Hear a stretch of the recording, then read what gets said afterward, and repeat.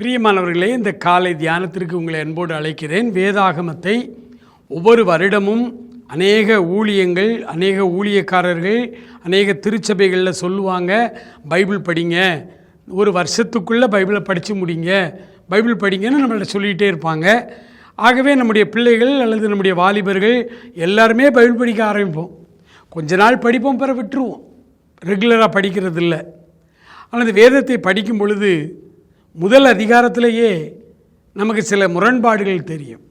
அந்த முரண்பாடுகளை நம்ம கற்றுக்கொள்ள போகிறோம் என்பதுதான் இந்த வருஷத்தில் ஜனவரி மாதம் 1ஆம் தேதியில் இருந்து நம்ம தியானிக்கிற நம்முடைய தியானம்.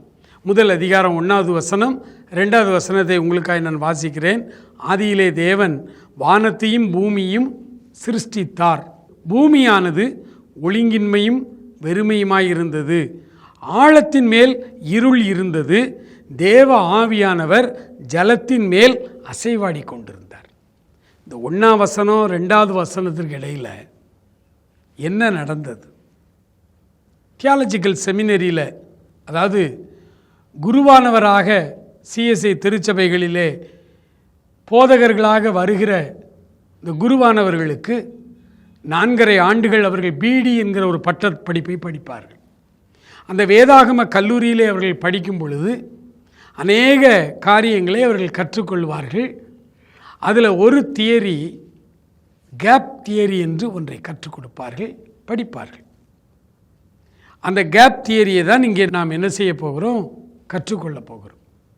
ஒருவேளை தியாலஜிக்கல் செமினரியில் கற்றுக் கொடுக்கிற எல்லா காரியங்களையும் அவர்கள் எப்படி கற்றுக் கொடுப்பார்கள் என்றால், ப்ராபபிலிட்டியாக தான் கற்றுக் கொடுப்பார்கள். இப்படி இருக்கலாம், இப்படி இருந்திருக்கலாம், நோவா இப்படி பிறந்திருக்கலாம், அவன் இப்படி செய்திருக்கலாம், இப்படித்தான் சொல்லி தருவாங்க. அதில் சொல்லிக் கொடுக்குற பல காரியங்களை குருவானவர்கள் அந்த கல்லூரியிலே விட்டு வந்து விடுவார்கள். அதை போல் விட்டுவிட்ட மறந்து விட்ட காரியம்தான் இந்த ஆதியாகமம் 1ஆம் அதிகாரம் 1வது வசனம் 2வது வசனம். நிறைய தியரி இருக்குது, நெபுலா கொள்கை இருக்கிறது, அப்படி நிறைய ஹைப்பாத்தட்டிக்கலாக காரியங்கள் இருக்கும். ஆனால் வேதாகமத்தில் சொல்லப்பட்டது எதுவுமே ஹைப்பாத்தட்டிக்கலாக கிடையாது. எல்லாமே ப்ரூவன், எல்லாமே நிரூபிக்கப்பட்ட சத்தியங்கள். அதில் ஒன்று தான், ஆதியிலே தேவன் வானத்தையும் பூமியும் சிருஷ்டித்தார். அப்புறம் பூமியானது ஒழுங்கின்மையும் வெறுமையுமாக இருந்தது. ஆண்டவர் படைத்த ஒரு படைப்பு எப்படி ஒழுங்கின்மையுமாய் வெறுமையுமாய் மாறியது? ஆண்டவர் சகலத்தையும் அதினதின் காலத்திலே நேர்த்தியாய் படைக்கிறார் என்று தான் பிரசங்கிலே வாசிக்கிறோம். அந்த நேர்த்தியாய் என்பதற்கு ஆங்கில வேதாகமத்திலே பியூட்டிஃபுல் என்கிற வார்த்தை பயன்படுத்தப்படுகிறது. அழகாய் படைக்கிறார். அடுத்தது 1 கொரிந்தியர் 14:40 சகலமும் ஒழுங்கும் கிரமமுமாய் இருக்கணும்.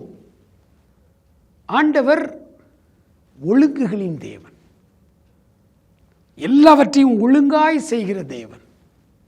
ஒரு மனிதனை அவர் ரட்சிக்கும் பொழுது, ஒரு மனிதனை பாவத்திலிருந்து ஒரு மனிதனை விடுதலை செய்து வரும் பொழுது, அவனை கர்த்தர் பாவத்திலிருந்து எடுத்து அவனை கொஞ்சம் கொஞ்சமாய் சரி செய்து பூரண புருஷனாய் அவனை மாற்றுகிறது ஆண்டவர், அவருடைய வசனம். ஆண்டவர் எதையுமே நேர்த்தியாய் செய்கிற ஆண்டவர். இந்த உலகத்தை படைக்கும் பொழுது ஒழுங்கின்மையுமாய் வெறுமையுமாய் படைத்திருப்பாரா? வாய்ப்பில்லைல்ல, வாய்ப்பில்லை. வருகிற வாரம் முழுவதும் இந்த தியரி, இந்த என்ன நடந்தது என்பதை குறித்து நாம் கற்றுக்கொள்ளப் போகிறோம். ஆமென். கருமையானவர்களே, நம்முடைய ஆண்டவர் வானத்தையும் பூமியுமே சிருஷ்டித்த ஆண்டவர். உன்னையும் என்னையும் அவர்தான் சிருஷ்டித்திருக்கிறார். இந்த உலகத்தில் உள்ள எல்லாரையும் அவர்தான் படைத்திருக்கிறார். படைப்பின் தெய்வத்திற்கு நன்றி சொல்வோமா?